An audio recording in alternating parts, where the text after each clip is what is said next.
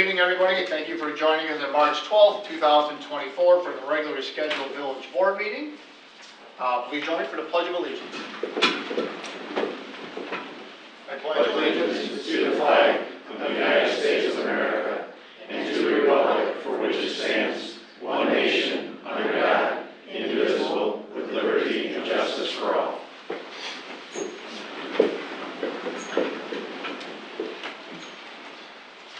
Roll call, please. Mayor DePaul. Here. Trustees Amos. Here. Brockman. Here. Carroll. Here. Chapman. Here. Luciano. Here. And Selfridge. Here.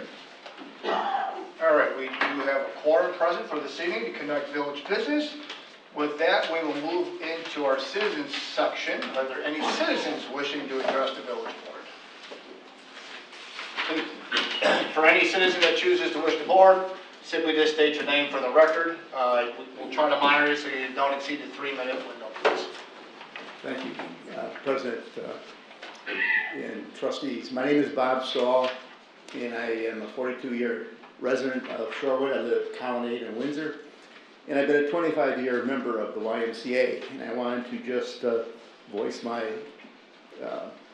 pleasure of seeing in the patch that there's a possibility we will be getting a YMCA for our village. I think that would be the second best possible thing to happen for our village, and would put us in a tier of the best villages and towns our size in the state of Illinois. I've seen what the Y does for a community: the kids care, the athletic programs, the programs for seniors at all ages. It is a benefit to this community, and I don't know where we are as far as requires referendum, but I wanted to offer my services, and thank you for the opportunity to speak on this matter. I'll help it go through. Thank you, sir.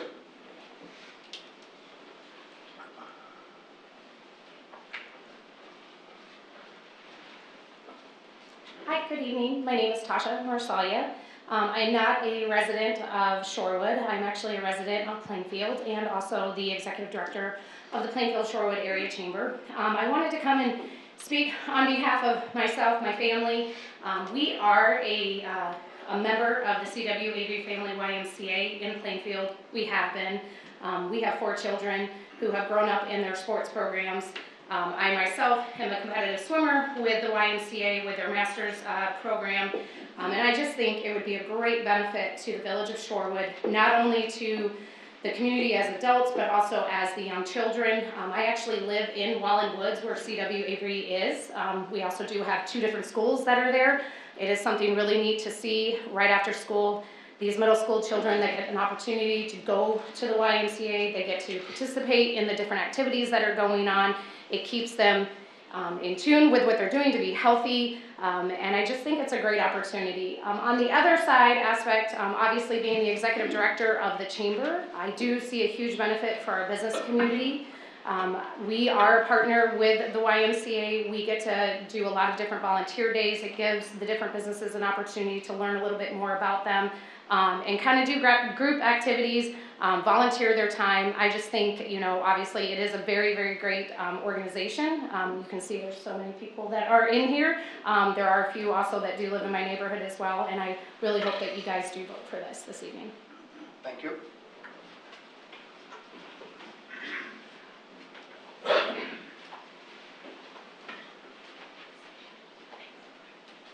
Good evening.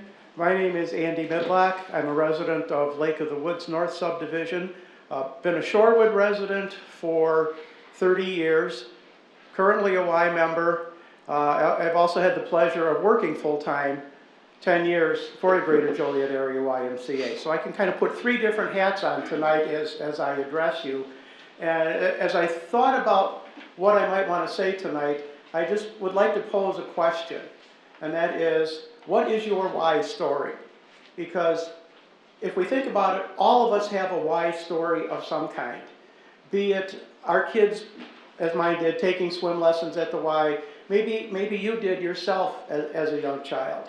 Whether you know of someone who is an adult swimmer, someone who is continuing after their regular cardiac rehab or physical therapy, continuing to work out at the Y. So the Y offers lifelong possibilities, and I think as all of us think about it, we can think of someone whose life has been impacted in some way by being part of the YMCA. Speaking from my experience in working with the YMCA in Joliet, it's a great organization to work for. A wonderful organization, great people, and to kind of state the obvious, a facility in Shorewood will, of course, create not only full-time but part-time job opportunities for people in Shorewood, and to have an employer in Shorewood who is a good employer. And also to add as another thought, if all of this can come together by 2026, that will be the 100th anniversary of the Greater Joliet Area YMCA. So I think it would certainly be a great milestone for both the Y and for the village of Shorewood if a potential Y project was able to be carried forward. And I can certainly speak from the experience that I've had at the Y that neither the village nor its residents will be disappointed. So thank you for your time. Thank you, sir.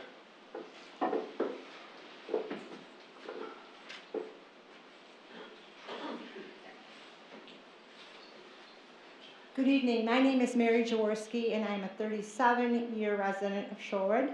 3 of my 4 adult children and their families also live in Shorewood. And I can't tell you how excited we are to have a Y in Shorewood for all the reasons that you already heard and many, many more. But I would like to take an opportunity to thank you, the mayor, the village board, the village staff, for all the incredible hard work you've put in on this. We truly appreciate the opportunity to have a YMCA in Shorewood. Thank you. Thank you.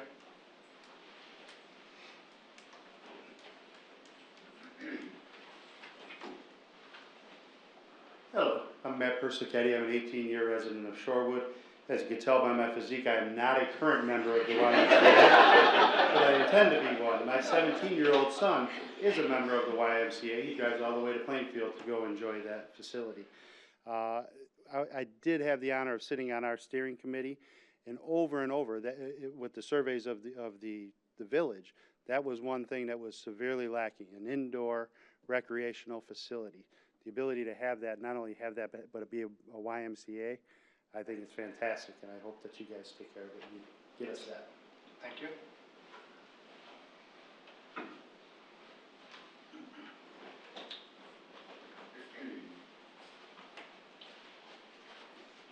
Good evening, Adam Underhill. Have the Edward Jones office here in town. I'm also a board member at the YMCA, president of the Plainfield Shorewood Chamber, and I'm thrilled that we're here tonight. I can feel you on the physique. I've said this before, and the Y has kept me off of the streets. And the beautiful thing about the Y is the Y can become whatever it needs. The Y can become what our community needs. Children, seniors, teens, the Y can become that. The Y is a wonderful partner for the community. We'll continue to do great work, and I'm thrilled that we're here tonight for this to become a possibility. Thank you. Thank you.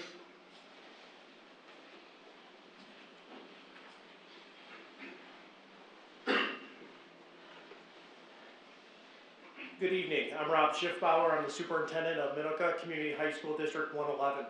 When I heard the possibility of a YMCA coming to Shorewood, I saw it as a great opportunity for the high school, but potentially get a little bit of a toehold in the Shorewood community. As you know, we have buildings in Shanahan, Minoka, but we are lacking that space in the Shorewood area as of yet. When I heard that Y could potentially be coming to Shorewood, I saw it as an opportunity to get our swimmers up here. Currently, the swim team for MCHS co-ops with Morris High School. For those of us that have been around this community for a long time, we know that Minoka Morris has an interesting relationship with schools, some good, some bad. But this is one of the good things where they allow our swimmers to come there and swim. By having this YMCA, that could address that issue, where I know the YMCAs in the past have partnered with various school districts. I know Plainfield swims at the Plainfield YMCA. This would be an excellent opportunity for our young people to wear orange and black uniforms like the rest of their students do for their other sports and give them really a great opportunity to represent their high school, and also give our students an opportunity for employment, but also for activities to keep them doing positive things. I really appreciate your time tonight, and I really hope the board considers this. Thank you. Thank you.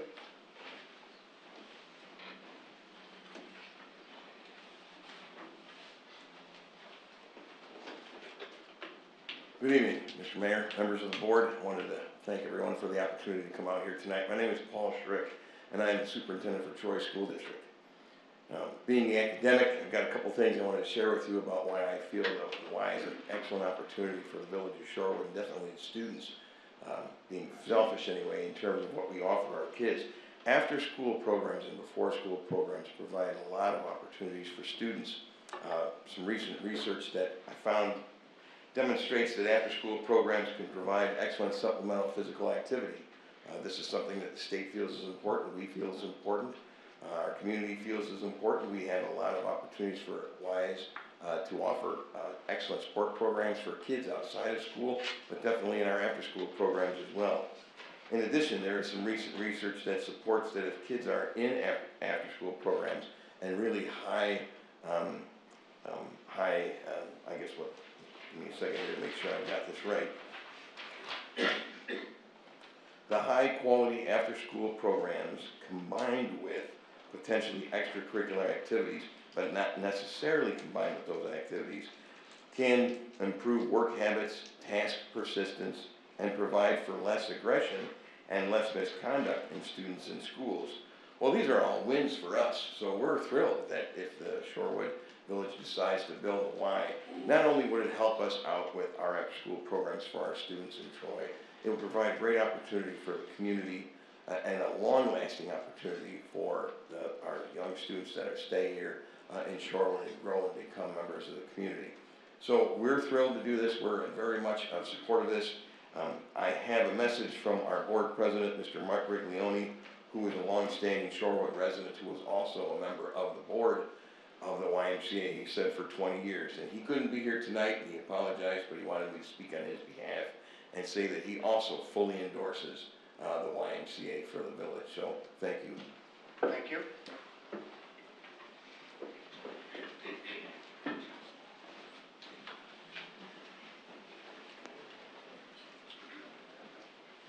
Mr. Mayor and village trustees, I'm Klein Namulo, and I proudly serve as the 10th president of Joliet Junior College.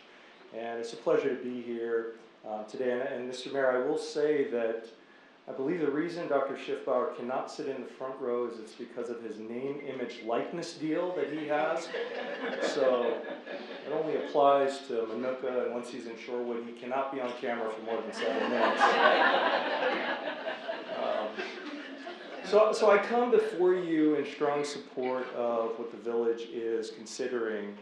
You know, the YMCA strengthens communities, it alters the trajectory of lives, it results in happy, healthier communities, and the JJC community stands in strong support of this partnership. We have been a partner of the YMCA for many years, for decades, mind you, and we have most recently expanded our partnership with the Y. Since I've been at JJC, YMCA has offered more youth programs out of our event center, more activities for the communities in and around the Joliet area. And I can tell you that as their neighbor right now, that should the mayor and the village decide to place their faith and confidence in the YMCA, that under Katie's leadership, her team, the board and the entire YMCA community would honor that confidence for many, many years to come. When I first moved to the area, I was approached by many organizations to serve on their board. I serve on just one nonprofit board, and that nonprofit board is the YMCA. So I'm proud to be here, not only as a board member of the Y, someone who certainly has my own Y story myself, and if you have 13 more minutes, I can tell it. I'm just kidding. I won't do that. But the Y has had an enormous effect on me. Growing up in Honolulu and going to the YMCA of Honolulu, and now having a YMCA story here, and I hope that the village will consider this partnership as it will be a long-lasting one. So thank you so much for your time. Have a good evening. Thank you.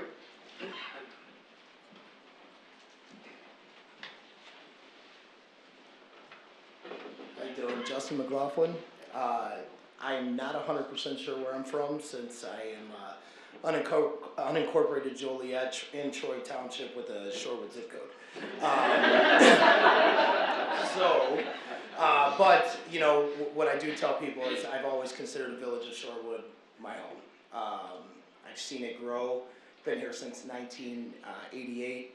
We're over by Leisure Lake. I know you guys know where that is. So, but you know, I've always considered Shorewood home, and I really, you know, when I heard about the Y coming here, I couldn't really think of a reason why anyone would have an issue with that. It's a great organization. The village of Shorewood absolutely needs something like this in place.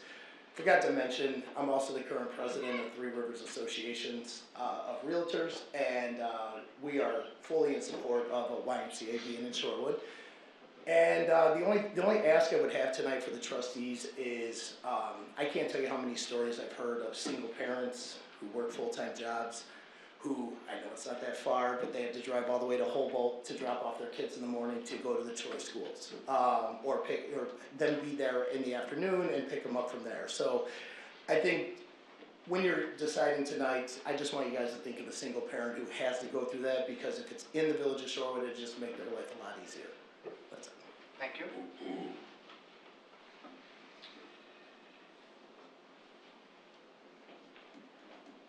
Anybody else from public comment? All right. Oh.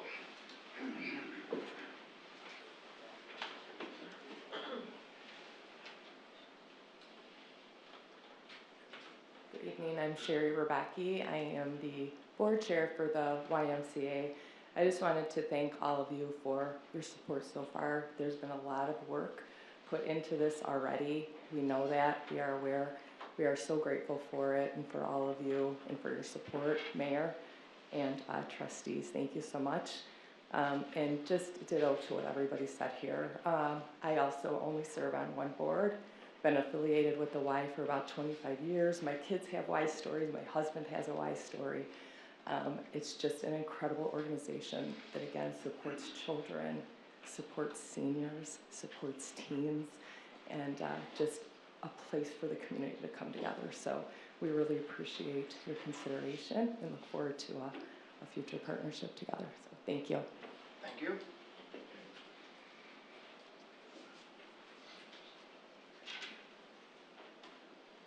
All right, we'll try one more time. Anybody else from public comment?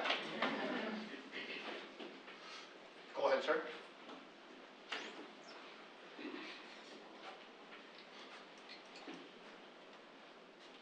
My name is Michael Hoyt. I'm current resident here in Shorewood. Also serve on the Minooka High School Board. And I echo what Dr. Schiffbauer shared regarding the impact that it would have to our school community. But one thing that I haven't heard tonight, I mean, personally, I have my own Y story, and I know the impact that it's made on my life, and I've seen what it can do to a community. Whoa. There's also perhaps a financial contribution that that the YMCA can make for our village as far as bringing a business in, maybe opportunities to grow other areas of commerce nearby. We talk about town center building up with some business opportunities. Imagine like families coming to the Y and then having a coffee shop nearby. I think it does also provide that opportunity for growth financially. So just wanted to add that. So thank you. Thank you.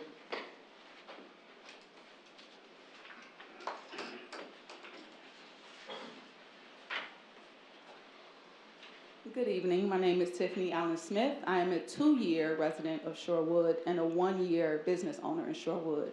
I'm the owner, along with my wife, of PostNet. So I have a Y story. I grew up in the inner city of Chicago on the west side, and the YMCA kept me off the streets. It literally saved my life. When I decided to go into the military, I used the indoor track at the YMCA for free because I could not afford a gym membership I was a latchkey kid and there was no parent to sign up for my gym membership. So the YMCA saved my life. I have an 8-year-old son who is a member of the YMCA. He also benefited from the after-school programs when we lived in Plainfield. So I think it is very important to have something like this for the kids, for the teens, for the future veterans. In Shorewood, it's a resource that has saved my life, certainly, and I look forward to seeing it change so many other young people's lives. Thank you. Thank you.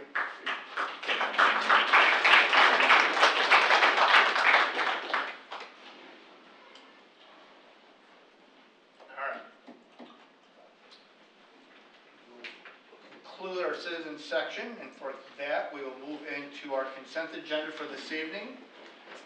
Item number 1 will be approval of the regular meeting minutes of February 27th, 2024. Approval of the committee of the whole meeting minutes of February 27th, 2024. Approval of accounts payable in the amount of $377,282.83. Approval of a corrected resolution number 24-1112 adopting a non-union employee pay plan. Number 5 will be approval of a payment in the amount of $13,343.75 to Cornwell Engineering Group for the Shorewood Water Source Transfer Plan. Item 6 will be approval of the payment of Grand Prairie Water Commission funds in the amount of $90,000 to the Moody's for the rating fees. And item number 7 will be approval of a contract with Joliet Tent for $10,490 for Oktoberfest with a 1/3 deposit of $3,496 due at this time. Are there any items the trustee has any questions or needs further clarification? Make a motion to approve the consent agenda. Motion Luciano, second Carroll. Roll call, please. Brockman. Yes. Carroll. Yes. Chapman. Yes. Luciano. Yes. Selfridge. Yes. And Amos. Yes. Consent agenda has been approved. Lana, we'll move into reports and communications. Is there anything from you? No, sir. Everybody on the board should have received, we did receive an email Lana had distributed over to Ms. Donley, which has been printed and dropped off at each person's place, regarding a gentleman that was unable to attend, a Mr. Mark Gorsh. So his support of agenda item number 1 being the YMCA proposal is at your place. With that, we'll move into this evening's order of business. Business item number 1 will be consideration for approval of a resolution approving and authorizing the execution of an agreement with the Greater Joliet YMCA in a purchase and sale agreement for the sale of village-owned property. So as everybody knows, we've been working with the YMCA for about the last year and a half. In reality, probably upwards of the last 4 to 5 years. The YMCA does have a brief overview again for everybody. We can start there, and we will then go into board discussion at that point.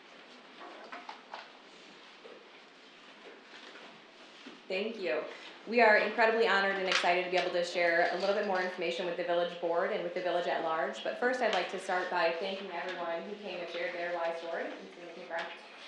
The why is about so much more. It's about bringing communities together, and it's about strengthening the foundation of the relationships that we all have. And it really adds so much more than a building to the community, and we're excited to talk a little bit more about that with you here tonight. So Natalie, I appreciate your help putting up our slideshow.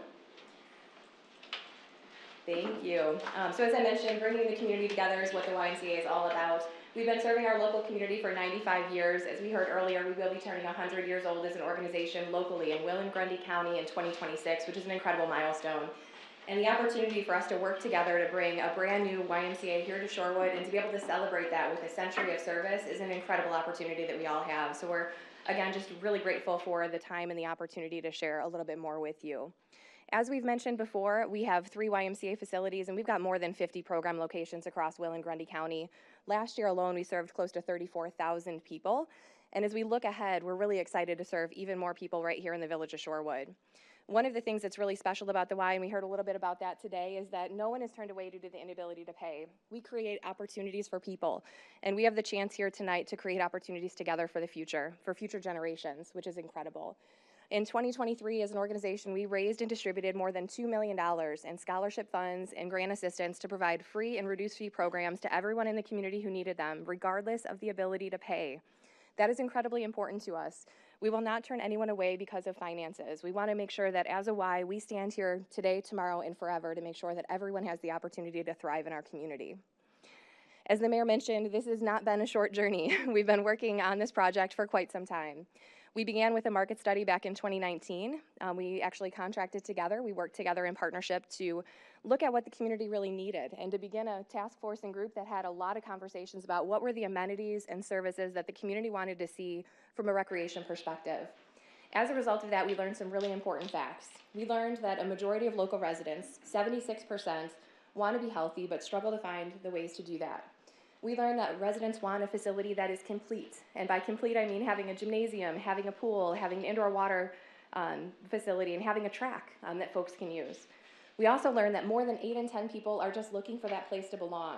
I don't know about anyone else in this room, but as we hear all of the stories, all that I thought was, we belong here together, and that's really what the Y is going to create, is a new place for people to come together and belong here in the village of Shorewood. I know that it seems like one conversation is a very short snippet of time, but what I can tell you is that in partnership with the mayor, with village staff, and with all of you, we've spent countless hours having discussions about how do we structure this in a way that's going to be best for the village residents, not only for today, but for the next generation and the following generation. And so for me, that's a real big point of pride. As a staff member of the Y, I know that I'm going to be here for a very short period of time. And during that time, my responsibility is to steward the organization to the best of my abilities. And I know that each of you as board members in our conversation have shared your same feelings about that for the village. And I think we've got this really unique opportunity here today to make a milestone decision to really look at the future and look at how we can best meet the needs of residents for generations to come.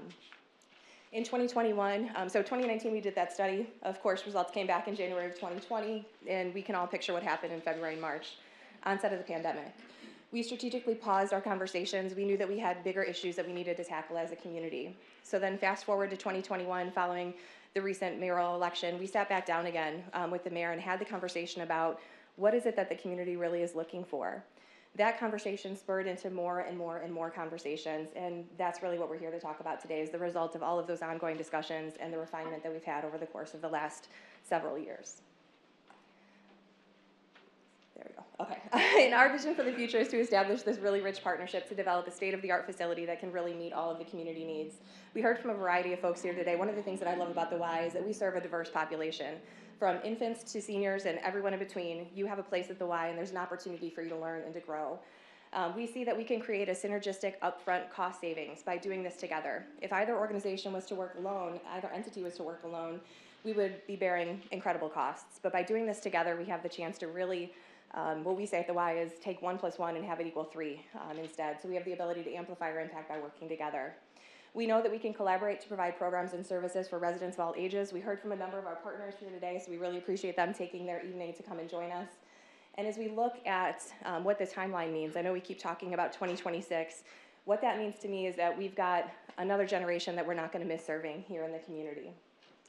We've mentioned before that we make good partners because the YMCA has access to not only our local expertise, but to national expertise. We can learn from the best around the country, and we can bring the best right here home to Shorewood, which is really exciting for us. And as we think about from the municipal perspective, this is an opportunity to aid in economic and community development. We heard from folks tonight that there's the opportunity for business development. There's also the opportunity for residential growth, and all of those things just create a more thriving Shorewood, which is really exciting. We know that together we can really amplify that impact and ultimately expedite our overall project delivery. Oh, a little more, okay. In terms of our projections, so we talked about that market study. We actually did that market study 2 different times to make sure that it was right, that the information was accurate, and what it said is that we're going to serve close to 8,000 people, 7,800 people here in the village of Shorewood. We've got a wide range of programs and services we're going to be able to provide, and we're expecting that this facility, and this is a very conservative projection, will have more than 240,000 visits a year, which equates to just about 650 visits a day. That means 650 new interactions for people in our community, getting a chance to know one another and to really develop some new friendships and relationships. From an economic impact perspective, we expect to create more than 150 new jobs. We expect to invest $20 million locally with local trades getting put to work to help build this building. We plan to relocate our headquarters from Joliet into Shorewood, which we're really excited about, and we hope that that will all ultimately improve the quality of life for residents here in Shorewood. We've talked a lot about the amenities that we're looking to provide. We've been talking about a facility no less than 45,000 square feet. I can share with you today that the plans currently are at 55,000 square feet. So I know we've had a lot of question about, is it going to be big enough? I think it's going to be big enough to start, and I think our goal is going to be ready to expand as the community need demands. So that's our vision for the future, is to start with our YMCA that's got all of those key amenities that we've talked about, that gymnasium, the wellness center, the locker rooms, the pool, the indoor walking track, and then have the ability to grow it over time as we see the community growth continue. As we've mentioned before, and Missy is a perfect example of this, we are building currently the Morris Hospital YMCA in Grundy County. It's just a few miles west of here. That is going to be an incredible 60,000 square foot facility in partnership with Morris Hospital. We have the opportunity here in Shorewood to not only build a state-of-the-art Y, but to build a 2.0 version of a YMCA that's currently in construction, which is an incredible opportunity. It's not only going to be amazing, but we're going to get a chance to live in it for just a little while, and then hopefully find those opportunities to make the Shorewood Y even better, which we're really excited about. We've got a main entrance that's going to be welcoming and inviting. We've got a lobby and gathering space, as we've heard from residents. 8 out of 10 are looking for that place to belong, where people can have coffee together. They can build friendships, have conversation, wait for their children, or wait for their friends to have a good start to their day. We've got gathering spaces located throughout the hallways. We've got youth programming rooms where families, grandparents raising grandchildren, single parents raising their children alone, and families who are just really busy would have the opportunity to drop their kids off and be able to enjoy everything else that the Y has to offer. In addition to that, we've got some community and multipurpose rooms. We know that there's a lack of spaces available to provide recreation amenities in town, and this is going to create some incredible opportunities for us to do just so much more here in Shorewood. We've mentioned the indoor gymnasium and walking track, so you can kind of get a sense of what that looks like. If you've been to our C.W. Avery Family Y, you've walked on a track that's going to look really similar to that. We've got our indoor swimming pool and observation room. We are hopeful that we'll be able to build an 8-lane swimming pool, which is a really great amenity for the community, and we're really hopeful that it can be used by students from the local schools as well, which is just a great amplifying impact, again, of bringing the village together with the YMCA and hopefully with our local school systems. We've got an indoor cycling studio, wellness and group exercise space, state-of-the-art wellness center, and all of that is to say the building is really important, but the building is not what it's about. Building relationships is what it's about, and building a sense of community is what it's all about. And so as we look at the building, I just wanted to remind us all that the reason why we're doing that isn't for you, it's not for me, it's going to be for the community, and it's going to be for the generations that are going to follow us. And so it's really exciting to think about what that future could look like with a brand new YMCA here in Shorewood. As we think about our timeline, I did just want to give us a recap. In July of 2023, we came and presented to the village board, and we really appreciated your feedback. We had a whole lot of questions and a great dialogue, and we were able to take the information that we had from those conversations and incorporate some changes into the plan. We refined our terms. We came back to you again in November. We did another progress check-in. We shared an update of how far we'd come. We'd asked for additional input, and then we went back and we worked some more to make sure that we were continuing to refine and make sure that this plan was something that everyone could be very comfortable with. Fast forward to February, we did site visits. So we had some members of the village board who were able to come to the C.W. Avery Family Y and spend some time touring and seeing just the vibrant energy that exists in that facility. And then we had the chance to come back and talk with you all again and get some additional feedback and insights. And so today we're in that March 2024 period of presenting our final partnership terms to the village board, and really hopeful that as you've reflected on the process and the journey that you feel really comfortable about how far we've come. If we stay on track with our timeline, we would be releasing a construction project to the community as soon as April, which is incredible. And as we look at that, we'd have facility design that would take us from then until early fall. We would have a groundbreaking later this year, and we'd be looking to open this facility for the community to use by early 2026, which is absolutely incredible.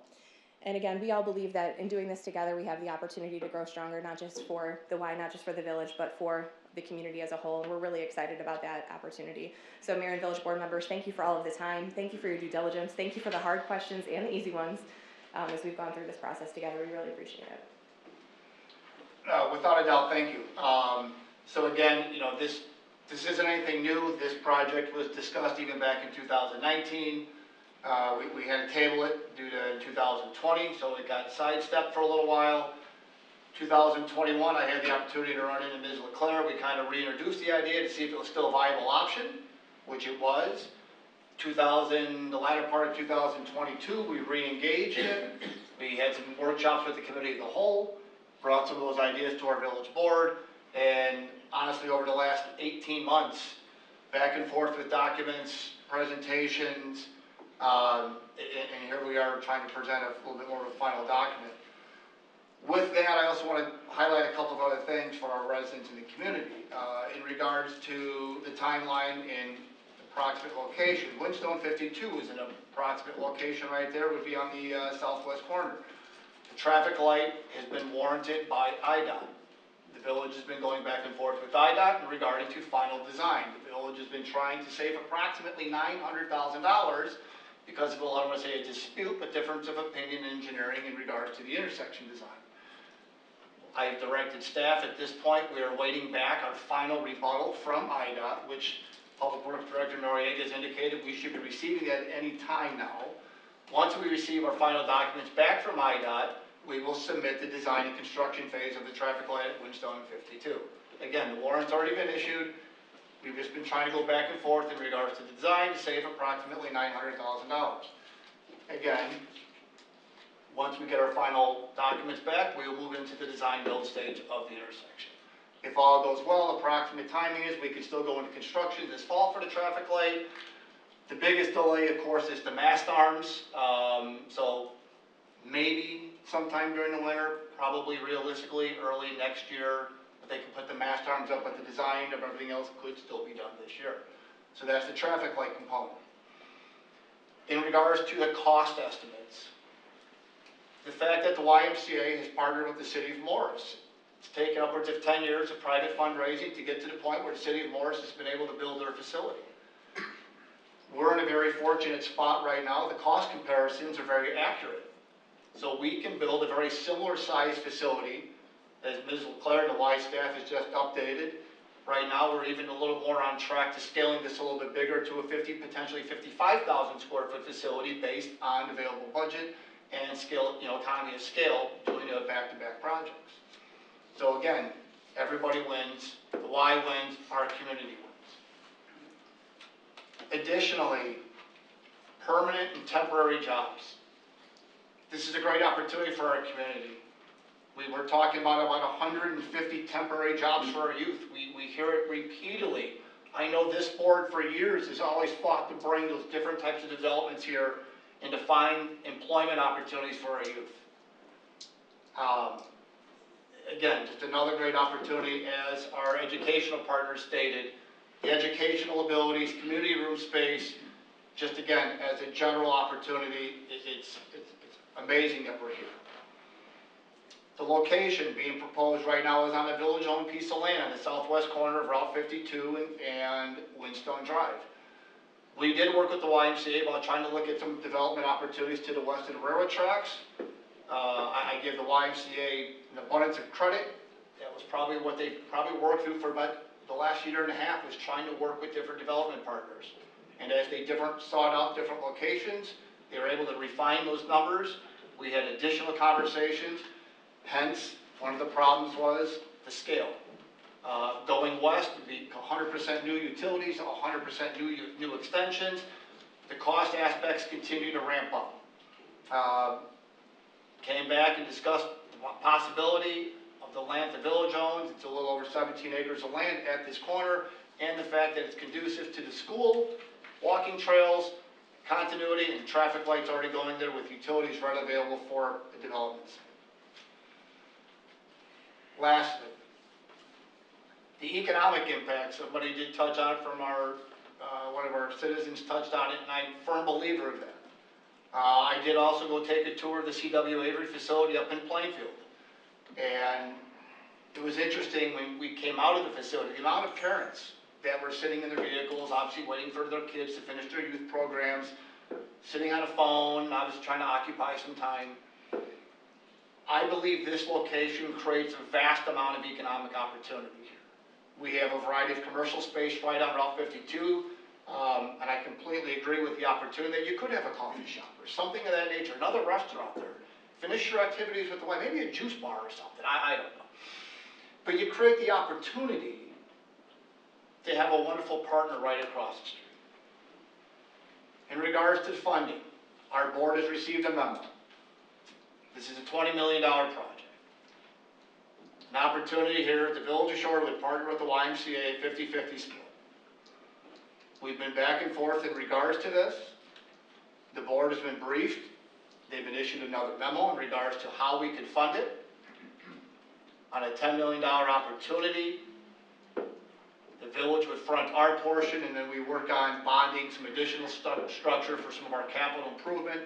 This all comes from the fact of the due diligence that our finance department, working with our lawyers, bond counsel, financial advisors, insurance advisors, the Y's gone through the same thing, and independent auditors. So we present to the board a document that's been reviewed by about 8 to 10 different entities. This isn't a raw document. This is a raw document that everybody put forth in an abundance amount of time to craft to where we are. With that, I want to turn it over to the board for any further discussion, but I truly support this opportunity. I think it's a great project. I think it's a great partner. I think it's a great win for the community. One of the other big impacts, I think probably one of the short answer to highlight of this is, in conjunction with the YMCA, with the execution of this agreement, if it goes forward, the YMCA agrees to waive the initiation fees. Am I correct? Correct, yeah. The easiest thing we could do to help make our residents feel they have something of their own. Additionally, the YMCA has agreed to if this agreement is executed, any resident in our community that does so choose to sign up right now, that benefit would apply immediately. So the YMCA is also extending the hospitality to working within the village of Shorewood, not just when the facility opens, but now. With that, I know there's been a variety of different dialogue. There's been some questions back and forth on the document that's been presented to the board. I know the YMCA staff and I know council's reviewed a couple of things. With that, I actually want to turn it over to council if you want to kind of highlight a couple of other questions that may have came for starters. Sure. If it's okay, Trustee Selbridge submitted some questions this afternoon. Maybe we should start with those, if it's all right. And kind of as a, before we get into the questions, we did adopt a resolution approving, for your consideration to approve the various agreements. And the resolution provides that the agreements are attached in substantially the form to be executed, which means that if you decide to vote on this tonight and it's approved, we can certainly make clarifications afterwards or incorporate into it any substantive changes that you might feel are appropriate. We normally go back and we all put our heads together, before it gets signed and make sure there are typos like southeast instead of southwest. So that's kind of where we're at tonight. But if you don't mind, I'll just kind of go through your questions. Number one is basically, I think, and please correct me if I'm misinterpreting these, but I think you just want a clarification that the building is a minimum of 45,000 square feet, and that doesn't... Yes and no, because it defines the facility. It says the facility will be 45,000 square feet, and then it defines the facility as including water retention, the parking lot. Yeah. So basically the 18 acres. I think to me it's a legal loophole. So I want it to be clear, what is the facility? Yeah, because there's a lot of concern as far as the size. I know you guys are saying 55,000. Yeah, no, I think we just, to correct that, I think we just say that the building is a minimum of 45,000 square feet, and the facility contains all the rest of these. Yeah. So if that's okay with you, we just make that change, and thank you for pointing that out. Sometimes, we read these things and it's clear to us, reading the whole agreement for a long time, but so the village can terminate the agreement in the event that the actual costs exceed the budget. What happens to the village contribution? We're paying, just to clarify, give some context to that, the village and the YMCA will each be putting seed money into this of $1.25 million. And for a total of $2.5 million, which will be used to pay primarily soft costs in the project, engineering, design, architecture, I would assume would be the biggest. So the agreement does provide in section, on page 9, that if the village if the YMCA does not move forward with either the purchase of the property or the construction of the facility, that the village will receive that $1.25 million investment back. The only time that we would not receive it is if the village were to breach an agreement. Okay. So I think that's fairly clear. I tried to make some notes on the exact section number. You said 5.1. Yes, 5.1, thank you. Page 5 represents a contingency for contract overruns. What if the budget comes in below? So another agreement that will be signed that you don't see tonight just because it's impossible to prepare it until we work with the banks and the finance people to know when the closing is going to be held is an escrow agreement. And that's where all the funds will be deposited into. So the village is capped in its investment of half of the actual cost of building the facility up to a maximum of $10 million. So if it comes in lower than that, the escrow agreement will provide that those funds are refunded. Otherwise, if we didn't get those dollars back, there would be a breach of the agreement because we're only required to pay up to $10 million. It would just be a 50-50 split, because that's Yeah, a which follow-up is- question, is why, yeah. are you funding, when we do our 8 million, are you funding the 8 At the million same time, yes. Okay. It talks about the village, or excuse me, the village funds going into the escrow and the YMCA funds. We've got a number for ours. They don't. And they don't, because it may be more. Their share may be more than they have. So that's why we don't have the number in there. Number 4, will the village have the But I ability guess, to? are they putting the 8 million at the same time? We're doing a lump sum. Yeah, we're all funding. The it. more is just the contingency. Of Yeah, funding. we're all funding at the same time. Yeah, there'll be a big lawyers, get together and probably at the title company or at the bank, and we'll fund all these things through wire transfers and such. My number 4, as far as the draw request, I didn't want the village board to approve them. I was just wondering if they'd be available. What we wrote in the agreement is that we would have 14 days, I believe, to review. 10 days, excuse me. We have 10 days to review the draw request. We didn't anticipate the village board approving them, but certainly when we get that at 10 days, I'm sure you can direct the village administrator to send those out to you. It's a kind of a policy decision that you folks could make. Number 5, I think we answered, talked about it. and that deals with the matching, the YMCA funds. Does this require village board approval? I was unsure, Scott, what section you were talking about there. Yeah, so 9.1. So 9.1, it talks about that the Y can't encumber the property unless such additional financing is acceptable to the village. And I think that goes back to, it wasn't just me with this question, but there's a lot of reference to the village and clarifying what that is. So, because it doesn't say village board, and my thought on some of these, and I pointed them out, I think it should clearly say village board so it's not left to interpretation, because village isn't defined there. okay, yeah, we can certainly do that. I think that's an important one, and the name change certainly was an important one, Yes. right? I anticipated it would be a village board decision. I believe when we built the document, the term village is also referring to the village board, it's the intent. But point well. But again, as we discussed it. We're here now, right? Like We 10 years discussed from it, now, right, we discussed it Yeah. very, numerous times, so. What I will change that to on this section 9.1 and also the naming rights, I'll just put present board of trustees because that's a term that we use. Or, yeah, that makes sense. So we'll Yeah, just make that. the same one was 10.1A, the committee for the person for the, I think the manager of the Y or whatever, the chairperson. It's the representative for the Y, for the manager, Yeah. their director. So does everybody agree with that, that the village board, essentially the president board of trustees would do that? Okay. We can make that clarification. Minimum operating surplus fund, hard to define, right? I mean, we don't know what that is until we see it. I mean, various things can go into that. What we would expect would be that they would basically be following good finance and investment policies. Okay. It's pretty nebulous, but we wanted something in there, difficult probably to enforce, but it is there.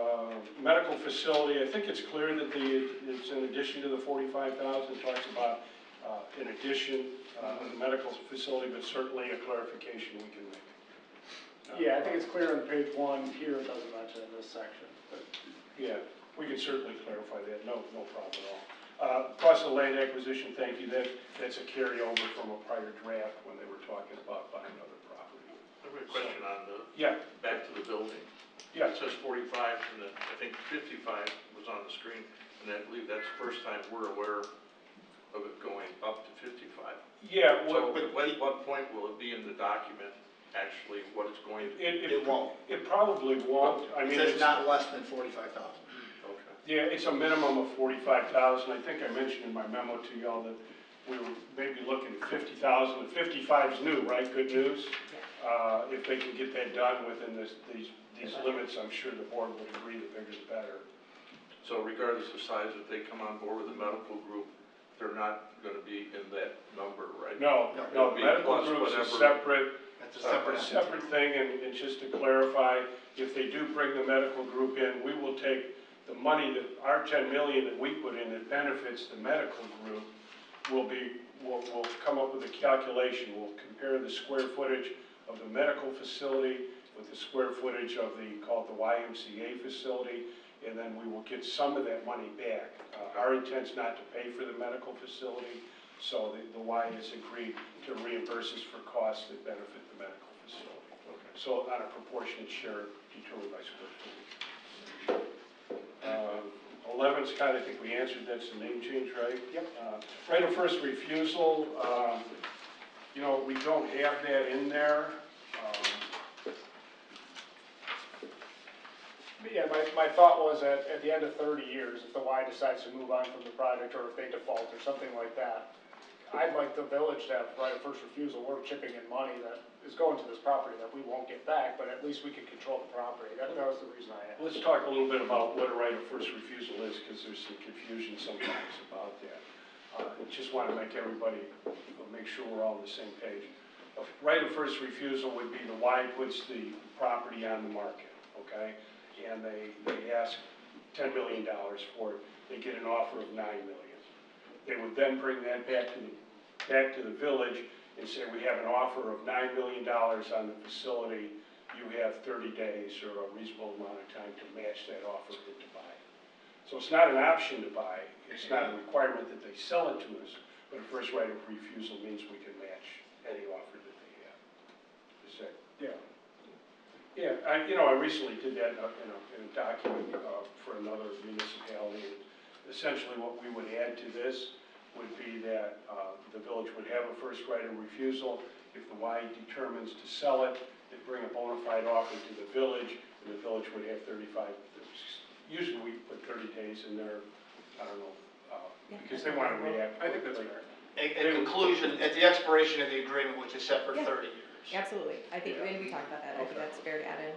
All right. I guess why only the 30 years? It doesn't have to be tied. Because that's the operating. I know that's the operating. Yeah, that's the operating agreement we're proposing. But if they're open to more than 30, why would you go more? I'm fine. We're fine with that. You'd have to revamp, you'd have to refresh the. Yeah, we'd have to extend the whole agreement out then. I mean, You'd have to refresh the agreement. Yeah. Unless it could be, I understand, sorry, now that I'm thinking through the length of the agreement, we may have to have it limited, Scott. Maybe we can add in some language somewhere where, There could be an amendment Amendment or upon attachment. conclusion of the 30-year agreement, both parties shall rediscuss whether or not to extend the agreement or entertain if one party wants to sell versus the other or something. But in the agreement set for 30 years. Let the attorneys figure it out? Yeah. But we'll add a first right of refusal.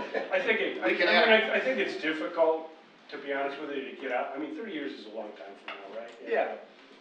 But like, how long has Galloway's been there, right, and some of the other yeah, ones? 45 years. Yeah, so then, like, that's my thought is, like, if the Y ever needs to move on at some point, or decides to move on, or maybe it's out of their choice, like, why would we want to control the property that we're selling? Let me tell you this. Or at least have a choice. Make it for as long as we can agree to and figure out a way to do it. That's right.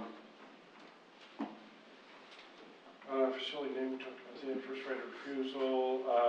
The waiving the village fees, I can't put a number to that. I don't know what that is. I don't know if anybody has that. We didn't have time to We don't have to start to but calculate that today. We don't know the size of the building. And that question was more to, I think, staff. I know it's on this list. That was never in any of the previous discussions. It was put into this agreement, so. No, it was actually presented to committee of the whole workshops. It was presented in one of the earlier ones without a doubt, because. The Y put on their presentation, I do remember that, but Yeah. no one from the village has ever said it until it came to this agreement, that's why. It was presented though, otherwise we're charging ourselves Okay. for fees, that's all. So that was a pretty straightforward, development agreement in context. Okay. If we included fees, we're taking away from, any development somewhere else. But again, essentially we're charging ourselves. Okay. That's all. And the last one deals with if something needs to be done on Windstone Drive, we do have in here that the village can require whatever improvements may be required through the concept plan process and the traffic study. Through the traffic impact. Yes. Well, I guess that was, like, I think there's two separate questions. One is, like, the site plan, I think, would have to involve some sort of in and out from the curb. Is that part of the construction, or is that the village doing public works?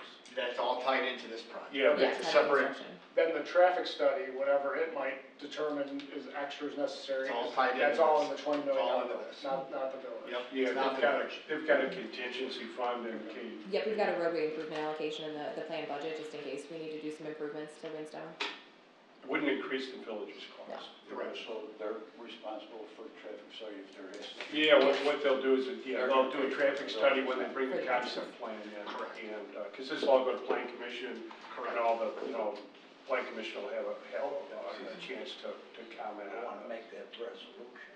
And then I've got two more other questions. For the fees, the pricing, just to clarify, and this is on page 13 it says a one-time waiver of joiner fees. Should it just be a waiver of joiner fees? Because I think I read your guys' terms, or you pay a joiner fee, and then if you don't go for 60 days, you'd have to repay a joiner fee, right? Mm-hmm. So are village residents only getting a one-time waiver, or is it for the life, they'll never have to pay a joiner fee, as long as you're a resident? So the way we had it identified originally is that it would be a one-time waiver, so for every resident, they would have that one-time opportunity to get that joiner's fee waived and join the facility. Is that what you were, I don't remember that being on, okay. Yeah, I know it's been presented as one time, there's a business model that works for the YMCA, and we just kind of went with that concept. Makes sense.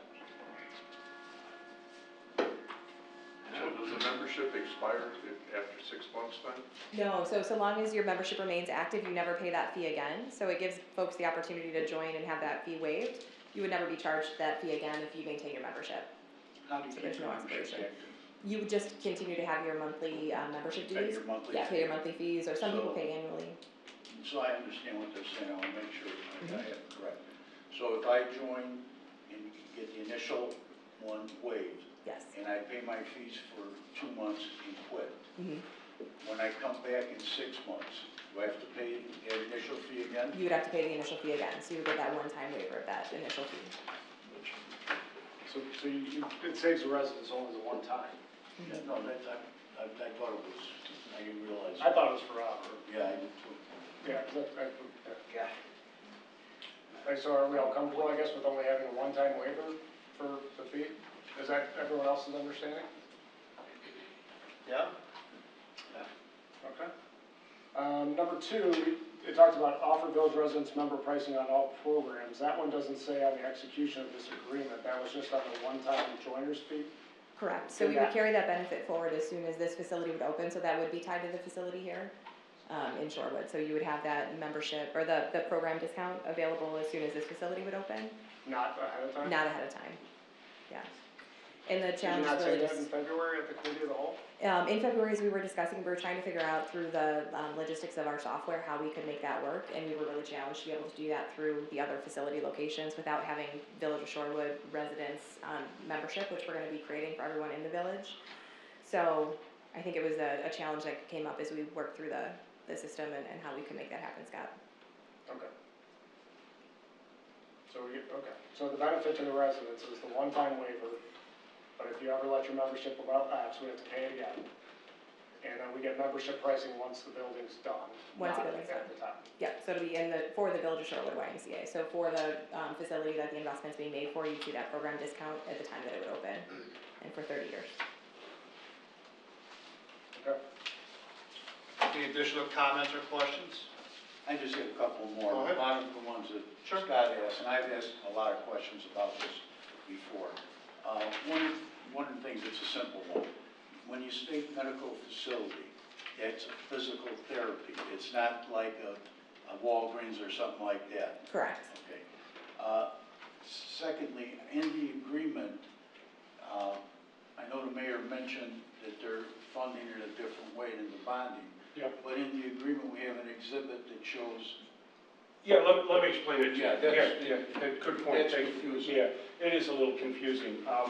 So as you know, we had talked for a period of time about using bonds to make our financial commitment in this particular investment. Working with bond counsel, we discovered that we couldn't use general obligation bonds to fund this because it would violate, we couldn't issue tax exempt bonds because it would violate some provisions of the tax code. So when we drafted the agreement originally, we talked about selling bonds, kind of waiting for bond counsel to get back to us. And the agreement that we came to was that if the YMCA defaulted and we had to go in, we're going to get a mortgage on the property. So if they default on this agreement, we can go in and foreclose that mortgage. So what do you do then? You foreclose the mortgage. The first thing we need to do is pay off their bank. They couldn't get a loan unless their bank is in the first position. And then the second thing we wanted to do was to make sure that the village bonds were paid off so that we wouldn't be carrying any debt for a facility that's not even open. So our thought was to attach an amortization schedule of those bonds so that it would be, essentially that would be reduced every year.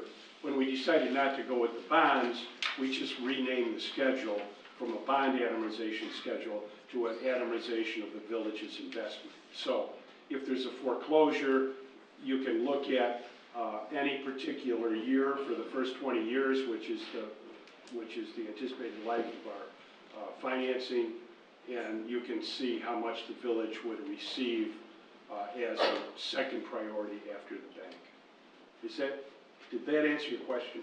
Well, then this is not a bonding This schedule is not, for a loan. this is not a bond, this is what, if we would have bonded, this is what it would have looked like. 20 years at 4.5% interest, and that's what we carried over. So we had said, we'll pay off the bonds first, and we said, oh, we're not using bonds. We thought it would be fair and equitable just to use the same schedule as if we would have invested or sold bonds. Okay, so then that brings me to my next question. Yeah. If the Y initially has $3 million, according to what it said in here, and they're going to borrow $7 million, that means that we're on the hook for what they borrow if they default. Well, we're not on the hook for what they borrow. We have no relationship with the bank in terms of a requirement to repay that money. What we would be on the hook for is the escrow. We're talking about a default now. So what we would be, quote unquote, on the hook for is that if we foreclosed our mortgage and we sold the property, the first proceeds would have to go to the bank to pay off whatever's left of that loan. Maybe a zero balance at the time. We don't know. Well, okay. But we're not. If they default on the loan to the bank, that's their problem. They'd be in breach of the agreement, and then we would start a process to make the village as whole as possible. And this might refer more to them than okay. you. In the agreement, I don't remember where, you indicated that when you hire a director, the village would have a member on that committee. Mm-hmm. How many people are going to be on that committee? We'd likely have 5 to 6 people on the committee, so it's not been identified yet, but it would be roughly a 5 to 6 person committee typically.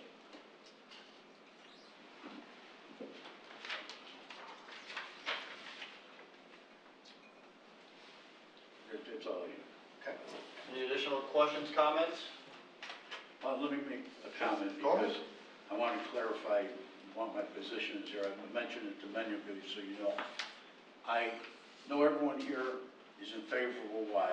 I think the Y is a good organization. I said this to the Y people when we were here last time. However, if the Y came here and wanted to put a YMCA in, and the village didn't have to participate, I'd be 100% for it. One of the things that concerns me is the amount of money that the village has to put up, $10 million. And also, part of that may be that in order to pay back that $10 million, we may be raising our sales tax a 0.25%. Now, that gave me a concern where I'm wondering if it's something we really need or if it's a want. And I'm explaining this to you so you know where my position is when we vote. Down the street, the YMCA they have in Plainfield is 10 miles from here. It's a 15 or 20 minute ride. It offers all the amenities that we're going to have in Shorewood. And I understand it's not in Shorewood. So I understand that part.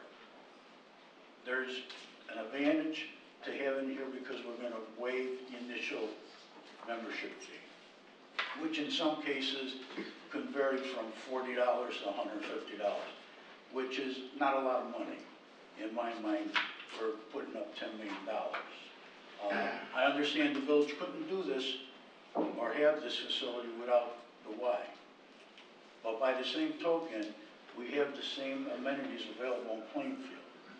It's 15 minutes away. In addition to that, we have Inwood down the street here, which is 5 minutes away, or 5 miles away, 10-minute ride, which offers a lot of amenities also, which does give the village somewhat of a break on their membership fee. Now, again, I'm speaking for myself in my opinion. I cannot see the village having to participate in that amount of money, and in some cases, depending how we're funding it, we're using money, and I would call it borrowing money that we don't have. We're taking it from the general fund, but that's going to cause us to have to bond for something else. So in essence, we're borrowing money to get this accomplished. If we weren't doing this, we wouldn't have to be getting bonds for capital improvements that we talked about. And for that reason, I think it's more of a want than a need.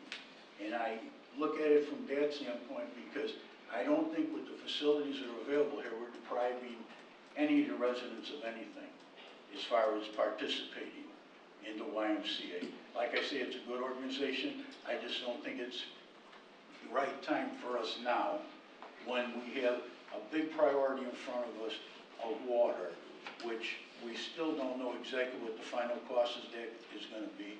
And there's going to be a lot of unknowns and monies that might have to come up that we may not be able to, we may have to stretch to get. So from that standpoint, I'm not in favor of this particular agreement, even though I feel that the Y is a good organization.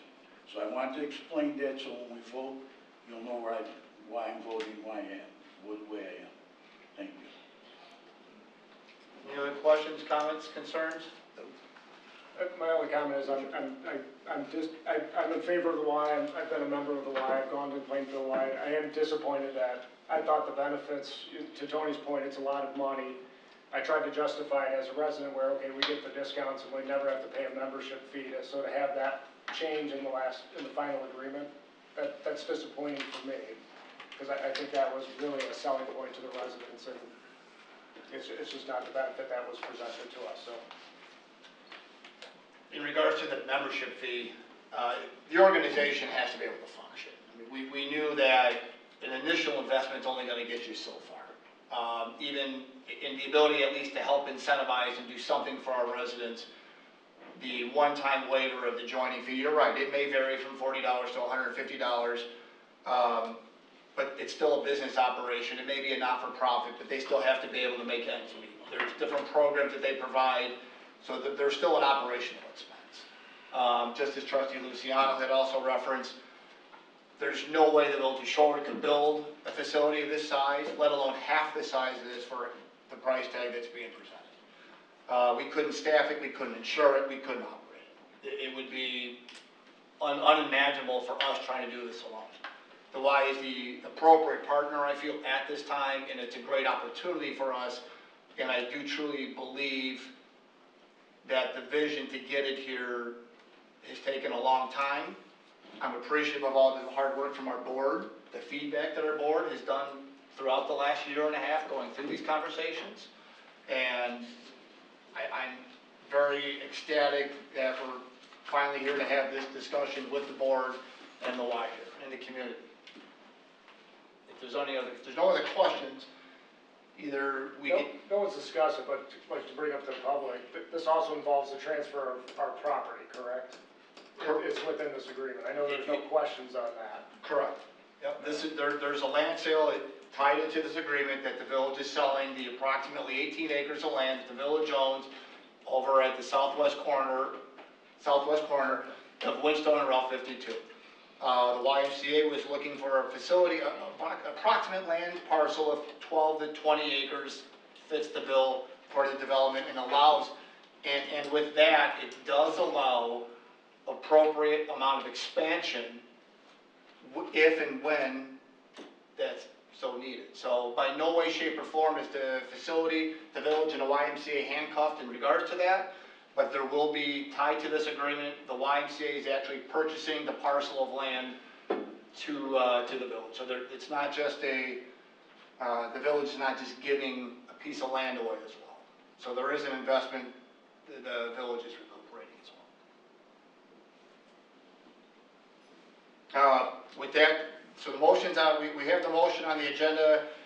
We could take a motion to approve the resolution with the YMCA, or if there's anything else. Yes.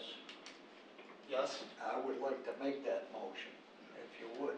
Go ahead, sir. But just prior to that, I'd also like to say that there's no way that we could have a facility like this within 15 minutes, okay? When it comes to our town center, and bringing something else into the town center brings in the developers, the businesses that want to put shops in the town center and try to get it a thriving place, a place for people to go and meet each other, greet each other. We did that with the amphitheater. We did that with doing different types of things in the park. And I know the people that live in the town center area, they're loving this area right over here. So basically, to put it in this position where the kids can walk, they don't need somebody to drive them. And to get it here, I think if we let this opportunity slip away, shame on us. So I'd like to make a motion to approve a resolution authorizing the execution of an agreement with the Greater Joliet YMCA and a purchase and sale agreement for the sale of village-owned property. And we'll include that right of first refusal in there. Thank you. With the amendments that have been put into the agreement. Second that. Motion trustee Chapman, second trustee Brockman. Roll call, please. Carroll, Yes. Chapman, Absolutely, yes. Luciano, No. Selfridge, Yes. Amos, Yes. Brockman. Before I vote, I want to thank everybody that came tonight and had all great comments, and it really helped us make our decision more firm than we had believed before we got here tonight. But I think this is the perfect place and the perfect time and the perfect partners. So I will vote yes. All right, business item number 1 is approved. Moving on to business item number 2. Consideration for an approval of an ordinance regarding home rule municipal retailers occupation tax and home rules municipal service occupation tax. This item is up for a first read as well. Ms. Burkle. Thank you, Mayor. As you may know, the village currently has a home rule sales tax in the amount of 1.75%. That does apply to sales transactions within the village, excluding grocery items and titled vehicles. It applies to about 65% of our sales tax base currently. We have had had that since 2016, and it currently funds, Give it 1 second, and he's gonna help facilitate.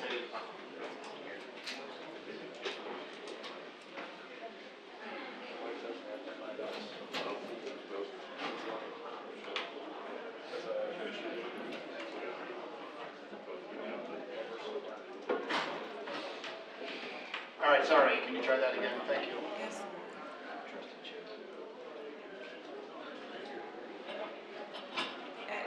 Yeah, as a home rule municipality. Can you try the microphone a little closer? It's not picking you up. Yep.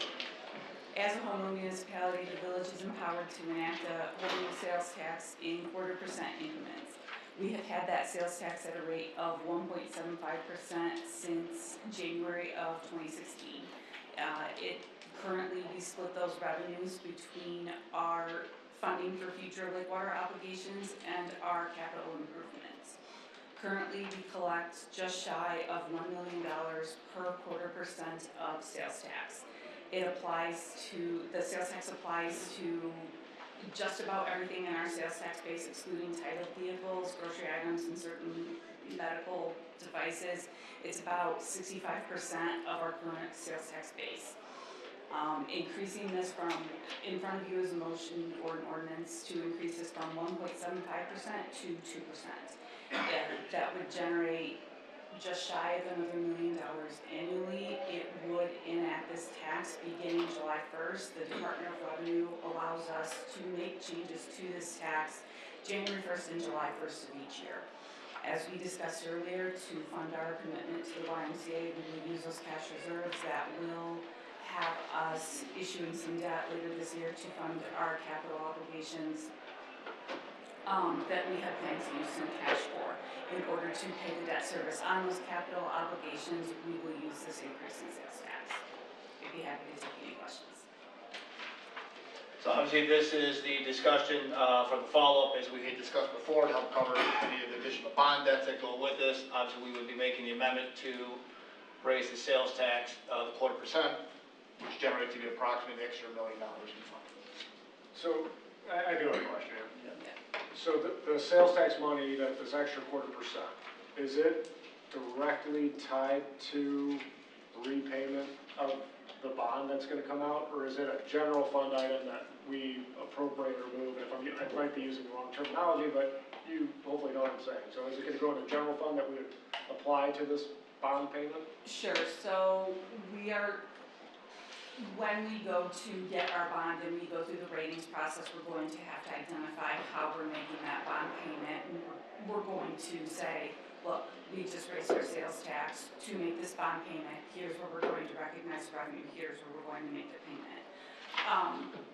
Depending on how we want to structure that debt, we may have some excess, and when it comes time to structure that payment and we're selling the bonds, we're gonna have a better idea of what that looks like, and as a board, you all can give direction on what you think might be the best use of that. That was gonna be my next follow-up. Yeah. I think the surplus, right, where does that go? And I think in earlier discussions, we talked about supplementing this water fund, which we know we're gonna need money. Yeah, that was agreed. That was one of the discussions that seemed to be on the consensus of being, that would be the benefit. The secondary benefit of going this route would be generating the extra bonds, which we could slowly start putting a little bit extra to our sustainable water fund. Yeah, certainly. That's always a good plan. So we're selling bonds for capital.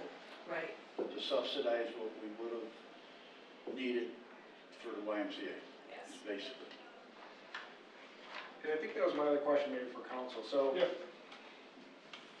we're selling bonds, and I don't know the timing of it. So we're selling bonds that are going to be tied to projects. Some of the projects identified aren't until our fiscal year 2027 budget. So are we, I guess when the bond comes up, is there going to have to be a resolution to do these projects in a certain time period, since the bond is funding set? Yeah, you have a certain, is it 3 years, Dan, to spend the funds? Yeah, we have to have a reasonable expectation that we're going to spend 85% of those bond proceeds in 24 months. So we will probably look to move up that second water water main projects 1 year. First of all, to fit within that timeline, and second of all, to take advantage of some economies of scale to get a better price on it. So for both of those reasons. So if those items aren't in the, I guess it would be addressed in next year's budget, likely. So there's nothing we need to change. My question is, do we need to do another ordinance tied to this, since we're saying we're gonna go to a bond? Well, we're gonna need to do it, yeah, so tonight, get, like, one is, go ahead. I know they're all tied Sorry, together, and it might be convoluted things. No, go ahead, Ed. Are you talking about, is there any impact on the budget that we need to address? Yeah, I guess I'm trying to understand, like, so we're raising the tax, so this is probably a separate item. Then it's maybe the next one where we're gonna say we're gonna reimburse from a bond, but we don't have the bond, and then the bond's gotta be tied to projects that aren't approved yet. So it's like, is this just a domino effect that if we say yes to this, then we're basically going to have to say yes to a string of different things to get us into a place where this all makes sense. Yeah, I mean, to line it all up, you're not committing yourself to anything tonight. I mean, if you adopt the home rule sales tax amendment, obviously, you're committed to raising that tax. But then the next item up, just authorize, what it does is it says to the IRS, essentially, hey, we're thinking about selling these tax exempt bonds down the road, and we want to make sure that we can pay some of the monies that we're expending now with those bonds. Okay. Right? I mean, that's what we're trying to do with the next resolution that's coming up. It just allows some of these expenditures to be made through tax exempt bonds. You're not committing through that resolution to do anything. You're not committing to sell bonds, you're not committing to do the project. It's just You're it's a reimbursement resolution. You're saying if we sell the bonds, we can reimburse ourselves with tax-free money. So how much are we gonna sell bonds for? For 8.7 million? Probably less. Right, that's up to you all. It would be my recommendation that we do it for as little as we need to, just based on the interest rate environment this summer. Originally, the budget as it's laid out right now has it at that $8.75 million amount, which was our $10 million investment less the $1.25 million payment that we would make upfront. So after the budget was put together, we transitioned to selling our piece of land on Windstone. So since we would have that revenue coming in that was not budgeted, we could use that to back off what we would need to bond for. So we're gonna sell bonds as they're needed?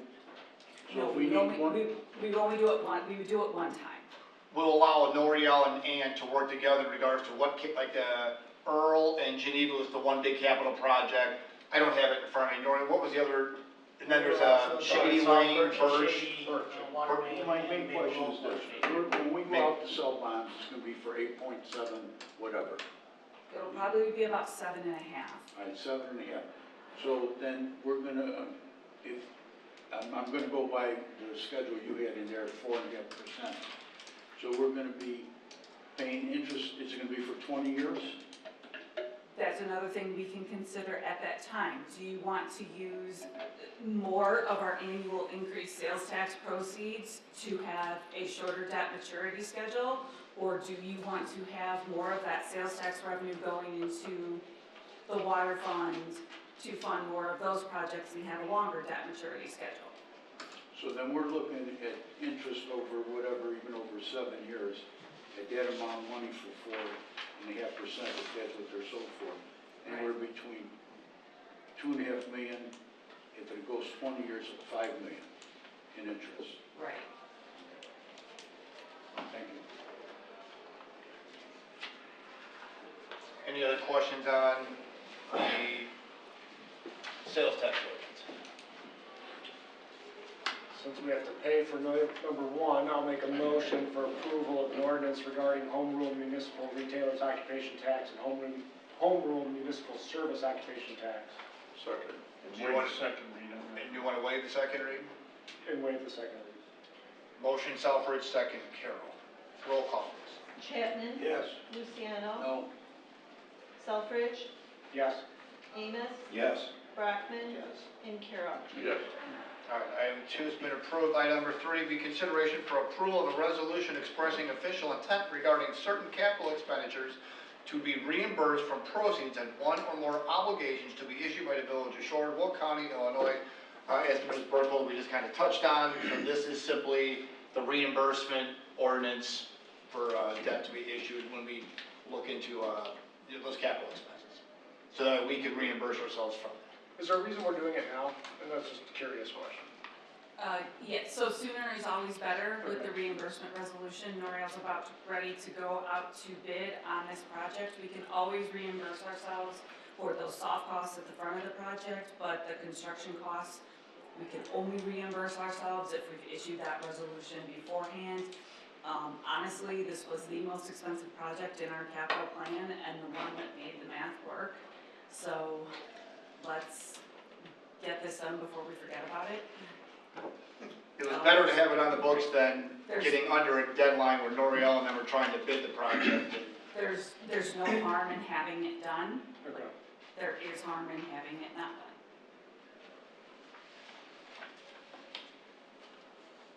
If there's no additional questions, I'd like to make the motion to approve a resolution expressing official intent regarding certain capital expenditures to be reimbursed from proceeds of one or more obligations to be issued by the Village of Shorewood, Will County, Illinois.